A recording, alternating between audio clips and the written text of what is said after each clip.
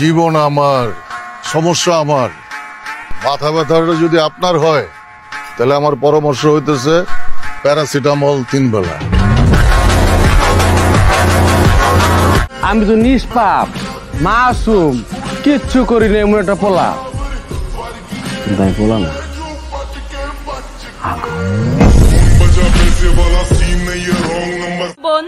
পীর হইছি কয়দিন, বৎস ভুলে গেছো কি ছিলাম সেদিন।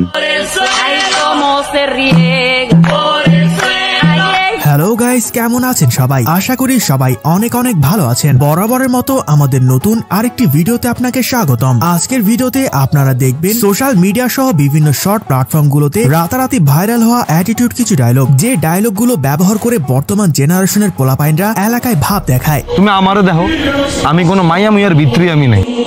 পোলা মানুষ জীবনে বিদেশ যাবো, টাকা পয়সা কামাইবো, মায়া মানুষ এমনি ফুল করে চলে যাবো। ওই সকালে নাস্তার পর একটা, দুপুরে একটা, খাওয়ার পর আর রাইতে ডিনারের পর একটা টান না দিলে কেমন জানি লাগে, মানে কি জানি খাই নাই, অস্থির অস্থির লাগে। সুতরাং গাইস, আমাদের সাথে আপনিও অ্যাটিটিউড কাকে বলে, কত প্রকার ও কি কি সবকিছু একসাথে জানতে আজকের ভিডিওটি সম্পূর্ণ দেখার অনুরোধ রইল। কেননা শেষে এমন কিছু ডায়লগ রয়েছে যা আপনার রক্ত গরম করে দেবে। পোলাপাইন জিত করলে বাদশা, আর মাইয়ারা জিত করলে ওই জগে পানি দে। আর হ্যাঁ গাইস, ভিডিও শুরুর আগে যারা এখনো আমাদের চ্যানেলটি সাবস্ক্রাইব করেননি তারা অবশ্যই সাবস্ক্রাইব করে পাশের বেল বাটনে ক্লিক দিয়ে রাখবেন। ধন্যবাদ।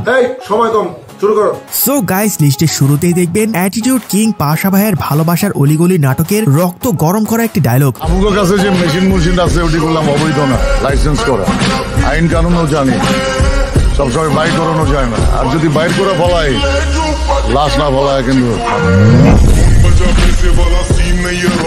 ভাই রে ভাই, পাশা ভাই মানে আগুন। তার মুখের এক একটি লাইন যেন বারুদের মতো ফুটে ওঠে। ঠিক আছে, আমরা কেস উঠায়েন না, আমরাও দেখি কি করতে পারি। পরে শহর থেকে কেউ হারাই গেলে আবার কাইদেন না। আপনি কি আমাকে থ্রেট দিতেছেন? পাশা কাউরে থ্রেট দেয় না, পাশার আওয়াজটাই একটা থ্রেট।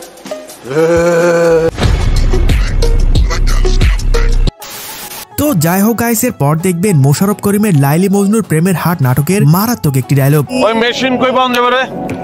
মেশিন কি এর মেশিন? টাকা গুণনের মেশিন কই পাওয়া যাবে? কহ, যত টাকা লাগে কিনবো।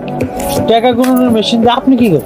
ওই বেটা, খালি হাতে এত টাকা গুণন যায় নাকি? টাকা গুনতে গুনতে আমার আঙ্গুল মাঙ্গুল সব ব্যথা হয়ে গেছে, মেশিন লাগবো একটা। মোশাররফ করিমকে নিয়ে তো আর আলাদা করে কিছু বলার নেই, বিকজ তার বেশিরভাগ ডায়লগ মানুষের মুখে মুখে বলে বেড়ায়। আমার বাপের রাজা, আমার দাদার রাজা, আমি নিজের রাজা। তুই চিনোস না আমারে, তোর বাপের চিনে আমার। ঠিক আছে।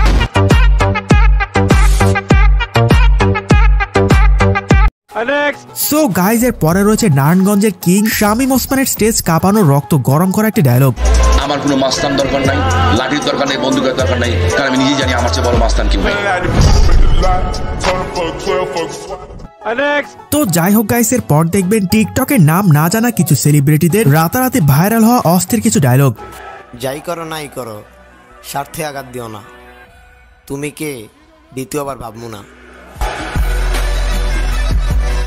তোর সারাদিন কাটে নদীর তলে, আবার আইসা বলস তোর নামে ফরিও চলে, পিনিকে আসস লেবু খায়।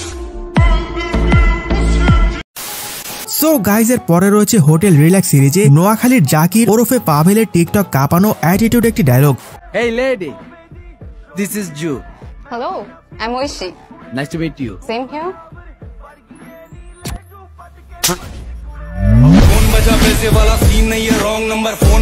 ভাবতেই অবাক লাগে, একসময় যে শুধু একটি টিভি শোতে স্ট্যান্ড আপ কমেডি করতো, আজ তার এক একটি নাটকের ডায়লগ বাংলাদেশ কাঁপাচ্ছে। আপনার জন কইলাম আমি যে হোটেল রুমটাই কিনালামু, তোর আপনার বুঝা দরকার ছিল না যে আমি কে?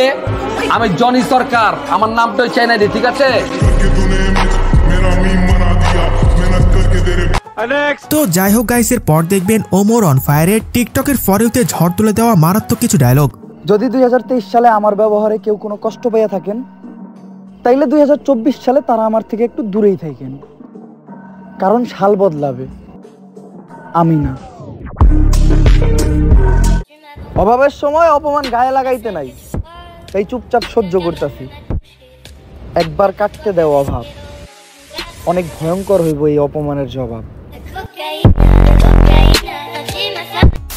সো গাইজ এর পরে রয়েছে পলাশ ওরফে কাবিলা নেট দুনিয়ায় রাতারাতি ভাইরাল হওয়া দুই নাটকের অ্যাটিটিউড একটি ডায়লগ। তুই একটা মেয়েকে প্রপোজ করছিস, ওই মেয়ে তোকে রিজেক্ট করবে, আবার প্রপোজ করবি, আবার রিজেক্ট করবে, আবার প্রপোজ করবি, আবার রিজেক্ট করবে। এরকম করতে করতে তুই প্রপোজ করতেই থাকবি আর ওরা তোকে রিজেক্ট করতেই থাকবে। এরকম প্রপোজ করতে করতে রিজেক্ট খাইতে খাইতে এমন একটা দিন আসবে যেদিন দেখবি একটা মেয়ে আচমকা তোকে প্রপোজ করে বসছে। তখন তুই কি করবি? দিনে মুখে জড়াই ধরবো। নো, তখন তুই ওকে রিজেক্ট করবি। আসলে কাবিলা মানে আগুন, তার বেশিরভাগ ডায়লগ বর্তমান জেনারেশনের পোলাপাইনদের মুখে মুখে ঘুরে বেড়ায়। কয়দিন পর নেতা হবি, এখন এত বয়ডর পাইলে চলবো বেটা? কনস্ট্রাকশন বিল্ডিং এ যেটি সাজায় রাখছি এটি দেখলেই তো বেটা নগদে ফিট হয়ে যাবে। তো যাই হোক গাইস, এর পর দেখবেন কেজিএফ চ্যাপ্টার 2 এ আসে সারা বিশ্বে ঝড় তুলে দেওয়া মারাত্মক একটি dialogue. Violence violence violence, I don't like it, I avoid, but violence likes me, I can't avoid. So guys এর পরে দেখবেন ছোট পর্দার জনপ্রিয় অভিনেতা নির্জন না হইলে টিকটক কাঁপানো অ্যাটিটিউড একটি ডায়লগ। যারা ব্যাক বেঞ্চে বসে না, which means ব্যাক বেঞ্চার্স, ওরা একটা জিনিয়াস। আর ক্লাস তো শুধুমাত্র সিলেবাস কভার করে, ব্যাক বেঞ্চার্সরা পুরো ইউনিভার্স কভার করে। আর পৃথিবীতে যত বড় বড় জিনিয়াস আছে না, সবগুলাই back benchers. Anyway guys, back bencher পোলাপাইনরা কমেন্টে আওয়াজ দিয়ে যাবেন। তো চলুন নির্জনের আরেকটি মারাত্মক ডায়লগ দেখে আসি। গুরু, তুই কিন্তু খুব বেশি বার বাড়তেছিস। প্রথম শব্দে গুরু বললি, সেকেন্ড শব্দে তুই বলে সম্বোধন করতেছিস। রেসপেক্ট করবি না ইনসাল্ট করবি আগে ডিসাইড কর। আই গেস তুই রেসপেক্ট করবি, কারণ ইনসাল্ট করার রাইট তোর আমি দেই। তো যাই হোক গাইস, এর পর দেখবেন সোশ্যাল মিডিয়ার জনপ্রিয় content creator emotional man Liton ভাইয়ের অস্থির কিছু ডায়লগ। আমার বাবা আমার গর্ব না হলেও আমি কিন্তু আমার বাবার গর্ব হয়েছি। তোমরা বাবার হোটেলে খেয়ে দিন পার করলেও আমি কিন্তু নিজের টাকায় আমার বাবার নামে হোটেল লিখে দিয়েছি।